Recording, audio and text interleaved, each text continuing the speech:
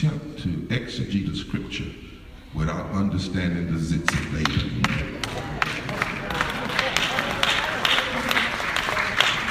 First thing we can do right now is try to exegete America without understanding her past and present zits and Laban. And too often we gloss over this history. Right now, progressives are making a dangerous mistake trying to make this just about economic rage. Right now. My good friend Bernie is making that mistake. I've seen others that have gone out and they're making that mistake. They're trying to find some one silver bullet because they do not want to deal ultimately with the fact that racism and classism is the kind of ancestral relationship within this American context that you can never deal with one without dealing with the other. And so we're shocked, you say, by Donald Trump. We can't make sense of what happened. We're surprised. Well, if you know this history, the only thing you may be surprised by is how easily he was able to use these tactics in the 21st century. And so, really, America right now faces something bigger than Trump or Clinton. The question is a moral question.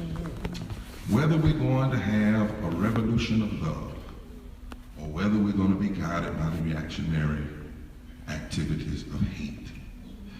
And the good news inside of all that bad news I just read is alongside this sad tale about America, Reconstruction, deconstruction, Reconstruction, deconstruction, lies a living hermeneutic for how we can possibly implement John 13 and how we can love one another. We must begin to think in terms of a third reconstruction, a third moral reconstruction, rooted in the greatest anchors of love and justice. And just maybe you've been born for such a time as this. I believe the turmoil we're witnessing around the country, in fact, is the birth pains of the third reconstruction. On Monday, Black Lives Matter, environment, the birth pain. In fact, it may be more than the birth pain. It may be in the adolescent stages.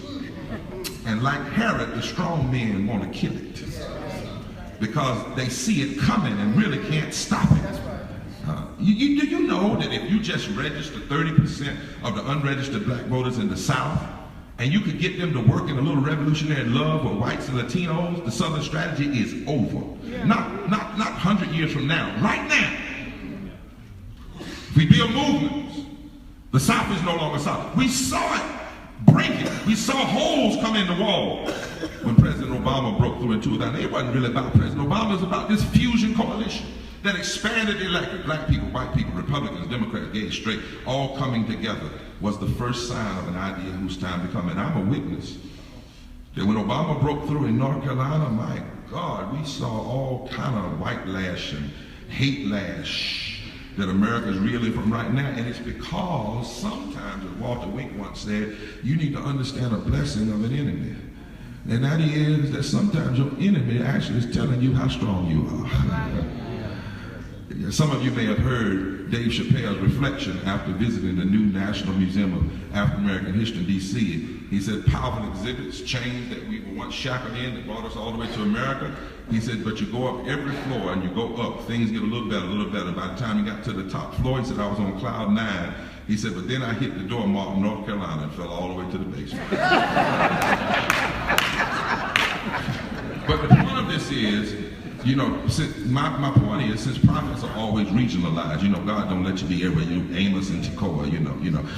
I'm coming in from North Carolina to say a word for the nation. If you're still in shock over Trump's win, let me say with Brother Chappelle, welcome to North Carolina in 2012. There you go. Some people keep saying this crazy stuff. You're going to have to wait and see what a Trump administration, what Trumpism decides to do. Well, we've already seen it in North Carolina.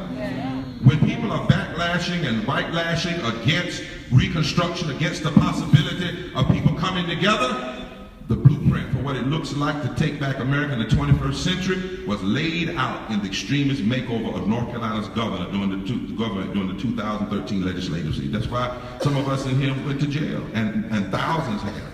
But what was the policy agenda? To make America great again as it worked its way out of North Carolina? Give tax breaks to corporations and the wealthy, attack public education, cut $1 billion, deny people access to health care, attack immigrants, attack the LGBT community in the name of religious liberty, strip environmental protections, roll back regulations, and finally make it easier to get a gun than it is to vote. Yes. Which is why we cannot wait and see. We've already seen enough. But just as there's been a moral movement in every era to raise a moral dissent against extremism, we have seen in North Carolina what a 21st century moral movement can look like. And if we're to have a revolution of love in the face of this modern day reaction, this attempt to cut off the possibility of reconstruction in an adolescent stage to grow into full maturity, we must heed the wisdom of history. I, along with Dr. Forbes and Sister Simone and Tracy Blackman, spent 8 months traveling to 22 states talking about a revolution of moral values, and thousands of people, thousands, showed up. I believe the people are ready. Yes. But what does a revolution look like? What would it look like? First, we must recognize the need for indigenously led, state-based, state government focused, deeply moral, deeply constitutional, anti-racist, anti-poverty, pro-justice, pro-labor, transformative movement building. There's no shortcut around this. We must build a movement from the bottom up. We must build relationships, deep relationships, at the state level, because that's where most extremism of the current day deconstruction is happening. We must go like in North Carolina. I have to go to the mountains of North Carolina where there are great paramilitary groups, but still not give up on the people there, as well as going to the Black Belt down in eastern North Carolina, because we need this third reconstruction. And that's why some people know it's possible. That's why they're working so hard to strangle it in the cradle. And we have to recognize this, that helicopter leadership by so-called national leaders will not sustain a moral movement. Right. What we need are local movements. Yeah. The nation, America, never changed from Washington, D.C. down. History teaches us it changes from Selma up, from Birmingham up, from Greensboro up. Second, we need to use moral language like the devotees of the first and second Reconstruction. Moral language can reframe and critique public policy regardless of who's in power.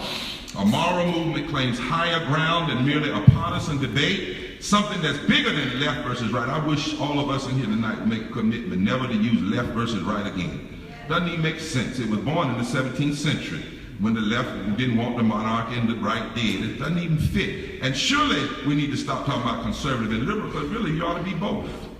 You ought to want conserved justice, and you ought to want the liberally spread it to everybody. You need moral language. Stop allowing people to pigeonhole you. Listen to how Coretta Scott King used moral language. This is a cue. She said, somebody said, what do you think about violence since your husband was shot and murdered? She says, well, violence is much deeper than just the assassination of my husband, as ugly as that was. She says, poverty is a form of violence. Starving a child is a form of violence. Suppressing a culture is a form of violence. Neglecting school children is violence. Discrimination against working people and not giving them labor rights and health care is violence. Ghetto housing is violence.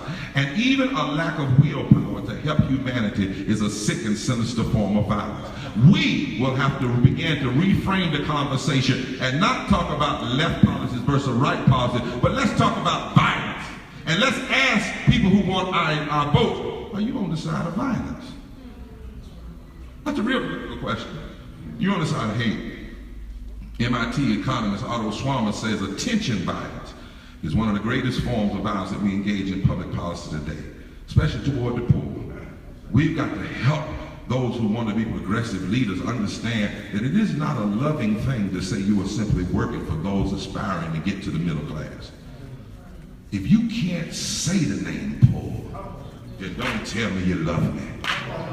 Don't tell me, because Jesus said, when I was hungry, did you feed me?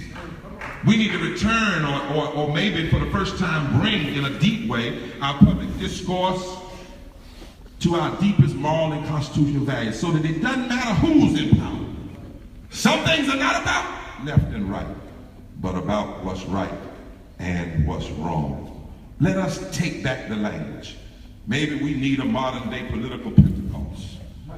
Maybe that's the only way we can have a revolutionary of love. We must hear, as that's what happened on Pentecost, afresh, and we must speak a new language. Why, for instance, why do we allow extremists to say welfare is a bad word? Why do we ever allow them to get away with making us not even use the word welfare when it's in the Constitution?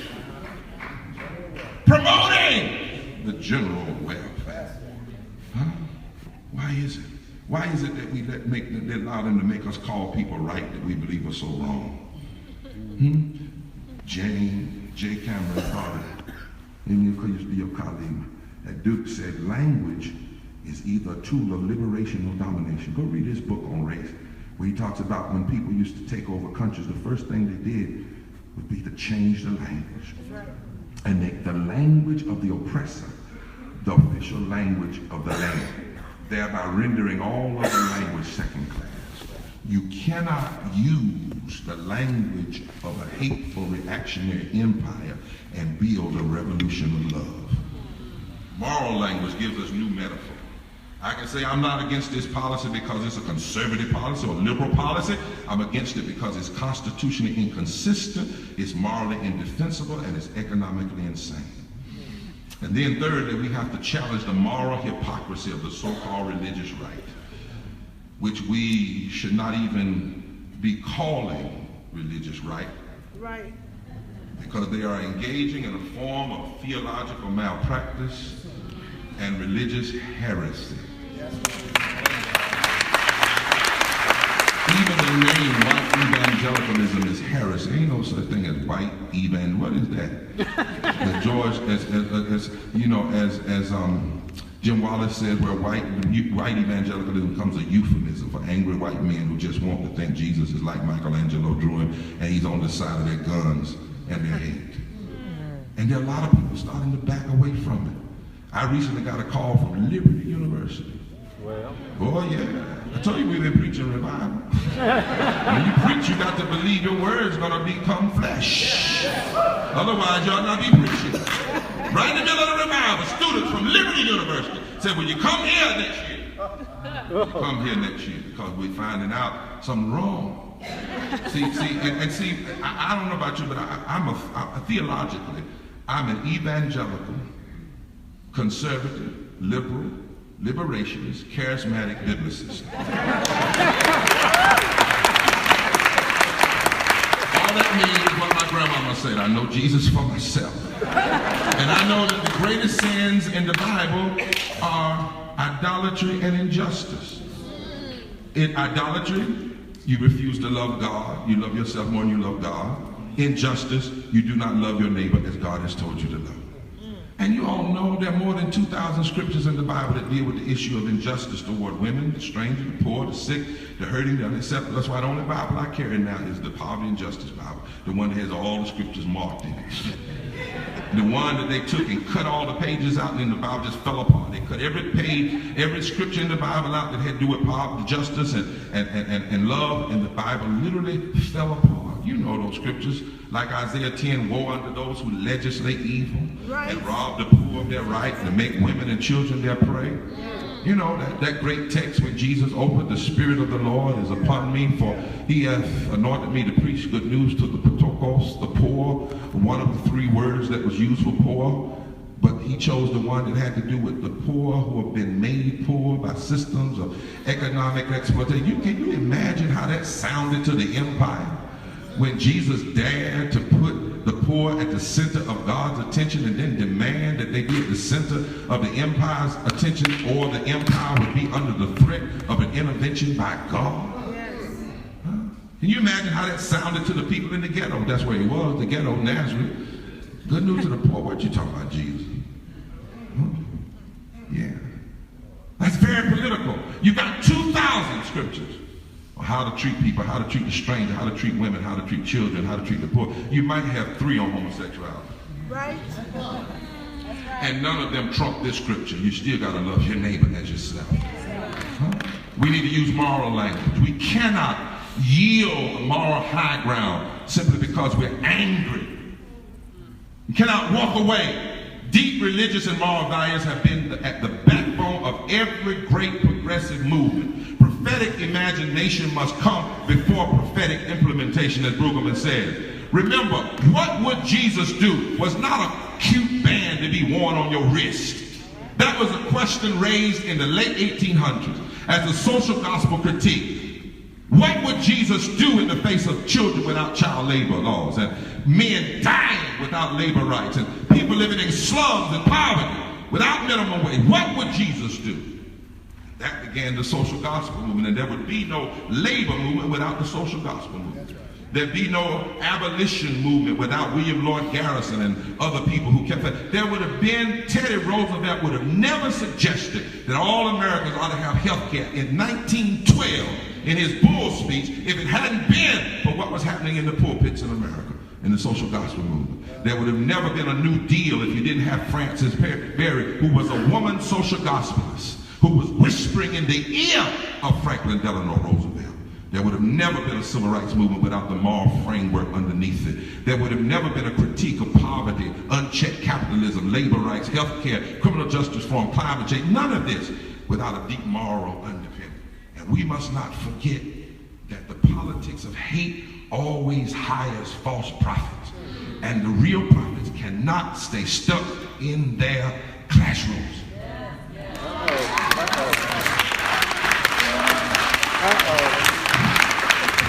And our seminaries cannot merely train managers. Because there's always somebody trying to hijack religious language. It was the religious leaders who said crucify him. It was the redemption preachers, the so-called redemption, who attacked the political religionism of ministers who were preaching love in the public square. And today it's preachers like Franklin Graham who are trumpeting hate in God's name. Following the election of Donald Trump, Graham said political pundits are stunned. Many thought Trump-Pence ticket didn't have a chance. None of them understand the God factor. While the media scratches their head, he said, I believe God's hand intervened. No, God's hand didn't intervene, but Billy Graham Evangelistic Association did. Graham spent $10 million of his daddy's organization going around rallying hate in the public square. And where does that trace all the way back? Listen to what Kevin Cruz says in his book, One Nation Under God. It traces back to the business leaders who hated the New Deal, but did not have the credibility to speak to the nation, so they outsourced the job.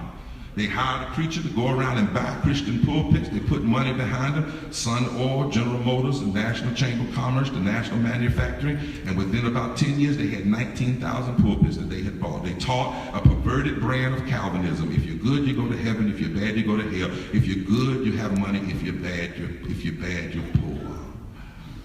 That's where this stuff comes from. And we need a moral agenda. We need a moral agenda. We need an agenda that can call people to another place. We need an agenda that says, finally, we want to secure pro-labor, anti-poverty policies, anti-racist policies that ensure economic sustainability. We want to fight for full employment, living wages, the alleviation of disparate unemployment, a green economy, labor rights, affordable housing, targeted empowerment zones. That's what love looks like in the public square. Strong safety nets for the poor, fair policies for immigrants, infrastructure development, and ceasing war baiting and extreme militarism. And we want fair tax reform. Then we want educational equality. Every child should receive a high-quality, well-funded, constitutional, diverse public education and access to college. That's not Bernie's agenda. That's Jesus' agenda. Suffer the little children.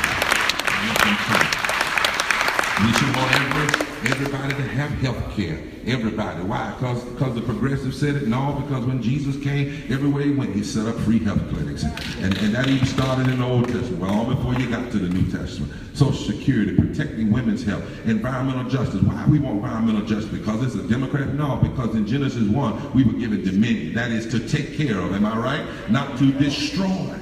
And we want fairness in the criminal justice system, because what did Amos say? You got to deal with those who want corruption in the courts. in the public square. We want to deal with the inequalities not only that affect black people, but brown people, poor white people. We want to stop the proliferation of guns because we know hate only builds hate. And if you live by the sword, you're going to die by the sword. And then we want equal protection under the law. Why? Because it's a constitutional, well, that's one reason. But it's also God's principle. He lets the light and the rain shine and rain on the just and the unjust. He's an equal opportunity God. You know, he protects everybody.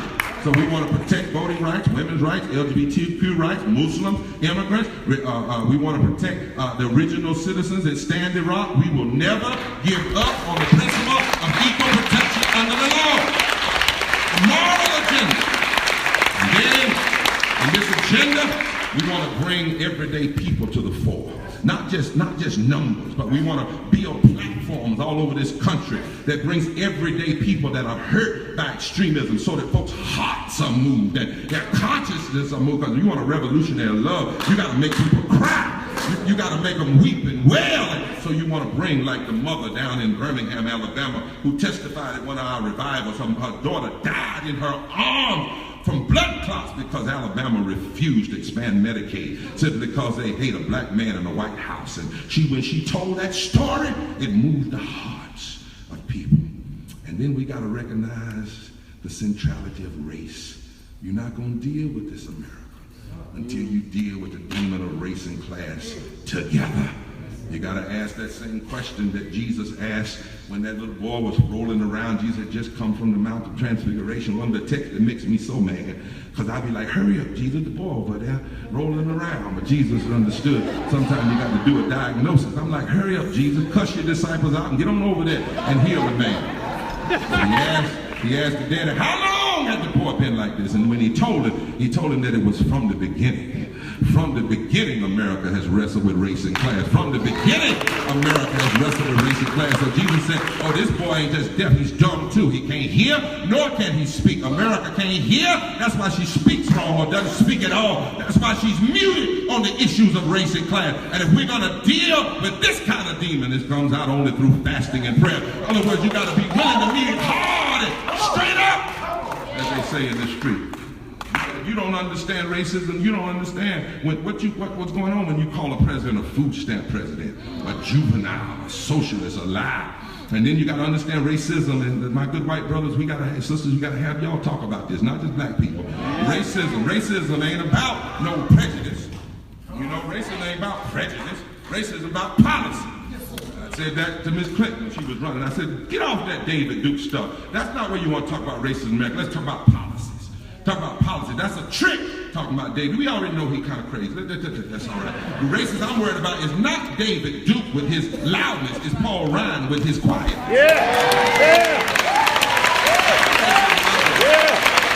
racism I'm worried about is a Congress that for over 1,200 days refuses to fix the Voting Rights Act. That's oh God, that's 1,100 and some odd days longer than Strom Thurmond filibustered the Civil Rights Act of '57. And you're doing that with parliamentary procedures and a smile. But that's racism. And we got to have this grown-up conversation. You all got to help this. Preachers, we got to profess this grown-up conversation about and do a diagnostic exam on the vestiges of the Southern strategy when it comes to race and class. See, here's the question. Here's the question we got to help America deal with, like Jesus said that, how long you been like this? What is it that causes many whites that are poor? Since the census say there are 18.9 million whites that are poor and 8 million more poor whites than there are black and 5 million more poor whites than there are Latino, what causes many whites, particularly in the South and the Rust Belt and sometimes in areas of the North, to be against programs like food stamps, Medicaid, when most of the whites are using them? That's right.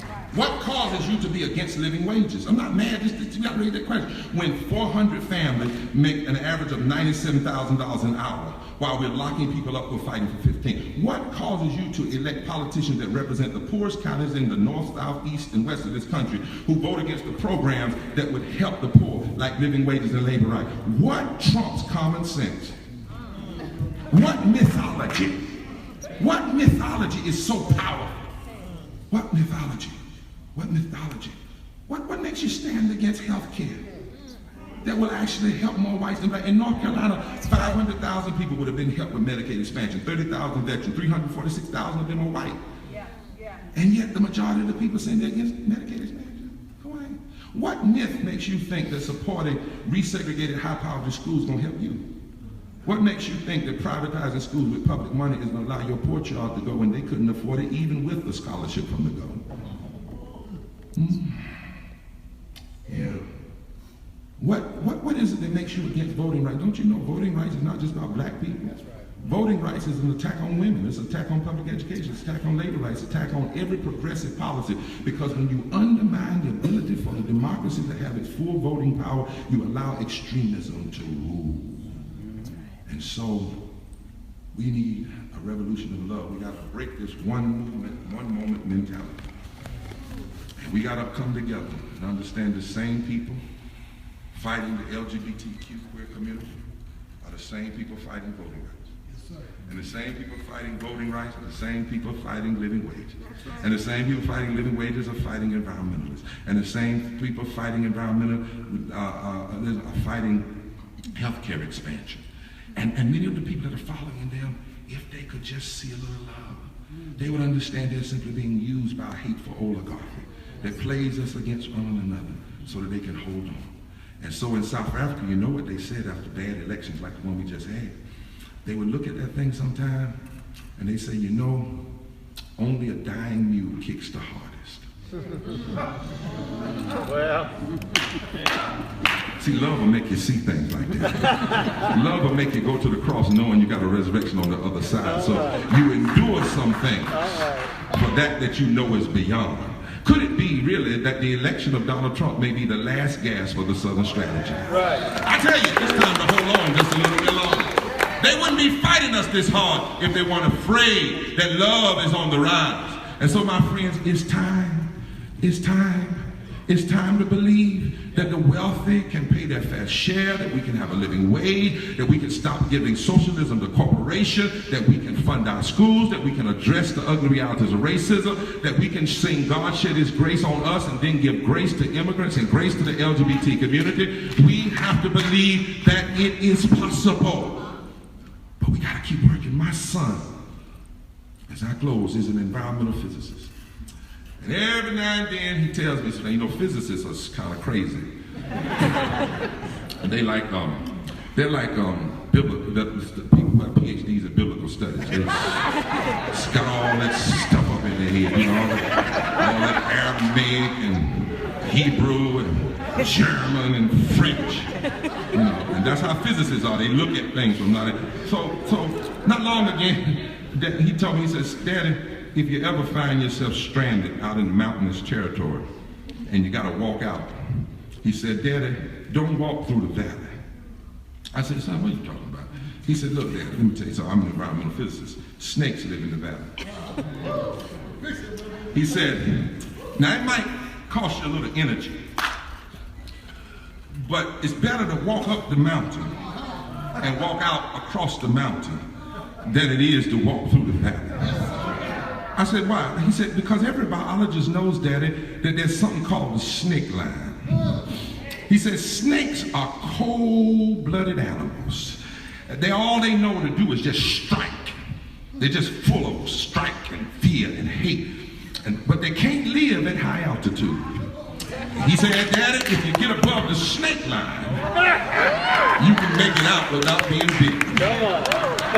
He said, it might be hard to get up there, but if you get above the snake line, the snakes can't destroy you. What I stop by to tell you is our time, preachers and religious scholars, to get America above the snake line. We need you.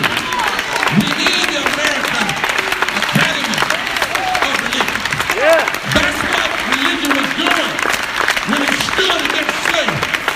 It said slavery was below the snake line. And today, folk are enslaved. We need to say hate is below the snake line. Yeah. To those enslaved by racism, racism is below the snake line. Homophobia, xenophobia is below the snake line. Greed is below the snake line. Injustice is below the snake line. Just wanting power for power's sake is below the snake line. But it's time for us to raise a moral standard above the snake line, a revolution of love. And if we can get above the snake line, I declare the sick will have adequate health care. Yeah. If we can get above the snake line, the environment will be protected.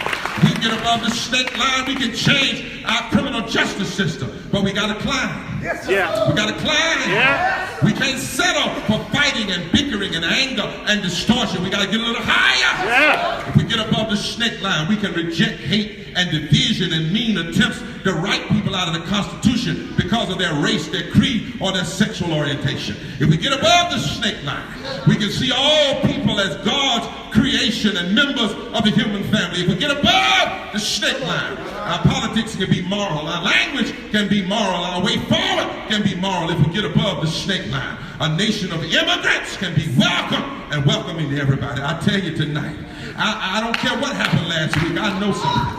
Justice is above the snake line. Yeah. Love is above the snake line. Mercy is above the snake line. I'm not going to engage in the politics of the snake. I'm not going to stay down here where they let election officers stay. I'm on my way above the snake line. And my prayers for you is that we'll refuse to live below the snake line. We'll make this reconstruction, this revolution of love real, but y'all got to come back into the public square. Yeah. You got to be willing to be accused, as your forefathers were, of political religionism. And if you believe there's life above the snake line, we need your Auburn, we need your Yale, we need your Princeton, we need your Union, we need your Wake Forest, we need you back in the public square. It might get hard, but we need you back there. That's why on this week, on this year, December 31st, 10 o'clock, we're going to have a national watch night service. I called Bishop Curry. Many of y'all know I'm telling him I'm looking for him. We want to have it at the National Cathedral. I just finished talking to Joanne Byers. She said she's willing to get back to work. And we're going to call and live stream it all over the country. And you know, in 1862, black folk had watch night services because they were waiting for the clock to strike 12:01, January 1st, 1963, so they could enlist in the fight against bigotry and slavery. They knew January 1st, 1963 wasn't going to be the end of the war, but they knew they would have the freedom to get involved. I believe we need to say something December 31st of this year. Yeah. We need to announce that we're going to revive the Poor People's Campaign. Yeah. We need to announce, not just a memory, not a commemoration, but the actual campaign.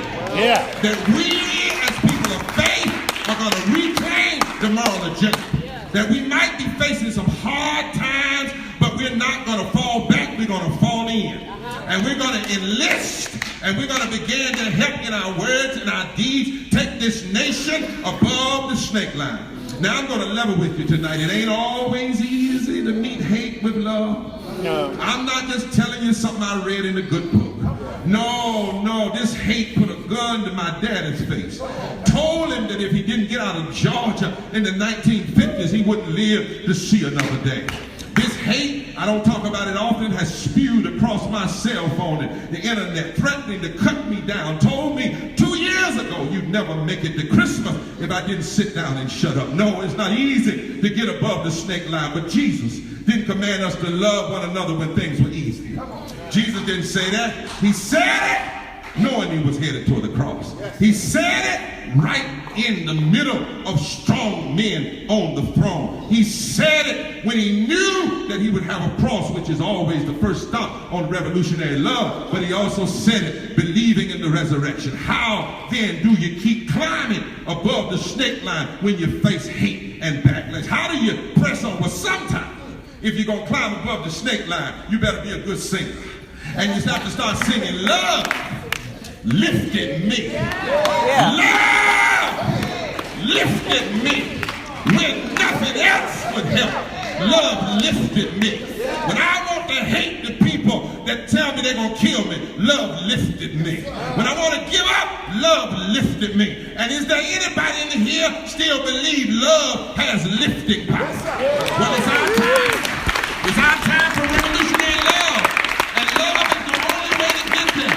So I'm pressing on the upward way, new height. I'm reaching every day, still praying as I'm homeward bound. Lord, plant our feet on higher ground. Lord, lift us to higher ground. Lord, lift this nation to higher ground. Yeah. Lord, give us the power. Come on. Lord, to lift Congress, Yeah. lift our churches, and lift our Come on. communities, even if it costs us. Lord, plant our feet. Yeah.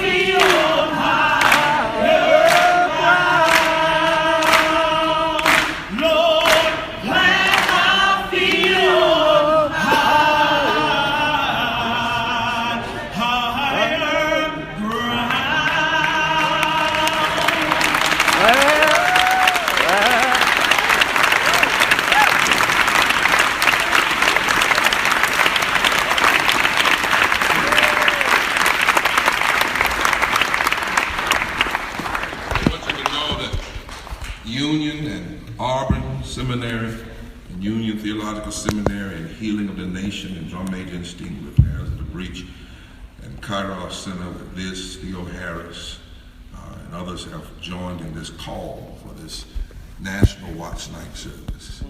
Before we go into the new year, a commitment that we're not giving up, turning back. If anything, we're going to press forward into the kind of agenda that must turn. So if there are any other, if you check out Repairers of the Breach website, this is not about anybody trying to be the leader. In fact, the goal of this is to live stream those watch nights that service all over the country so people can build up in states all over the country. And we can enlist ourselves with the imagination of revolutionary love, because before implementation, our imagination has to be right. Yeah. I've been a little sick today with this flu. All of us been sick in the last couple with these colds, so I won't be sneezing on y'all too much. But thank you all so much for everything you do, for every student you train, for every person that you move, for the academies that give us the kind of critique and analysis that enables us to meander our way and walk through this rugged terrain of race and class.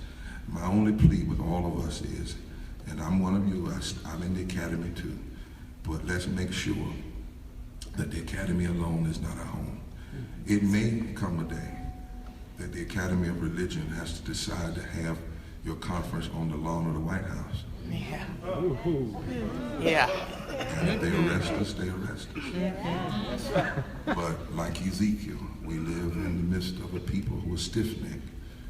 But God said, let them hear you, because at least they'll know there hath been a prophet among them. God bless you.